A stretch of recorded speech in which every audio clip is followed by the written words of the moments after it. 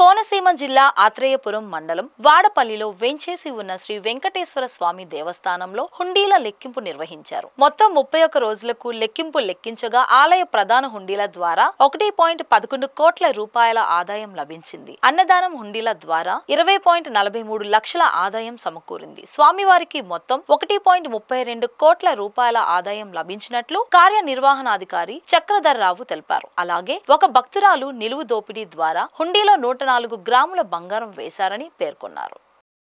ఓం నమో వెంకటేశాయ నమః.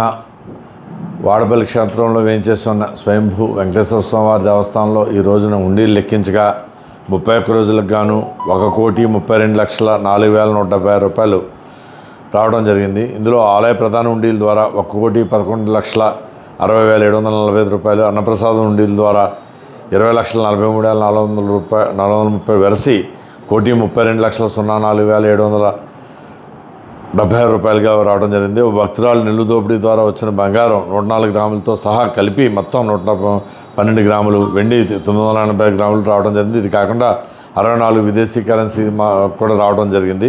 ఇందులో తనిఖీదారు వారు Rajahmundry, Kiran second radio, Gopalapuram, B Narendra third radio, అర్చక స్వాములు, గ్రామస్తులు, పత్రికా ప్రతినిధులు, పోలీసులు, శ్రీవాస సేవకులు, కెనరా బ్యాంక్ రావులపాలెం వారు అందులో పాల్గొన్నారు.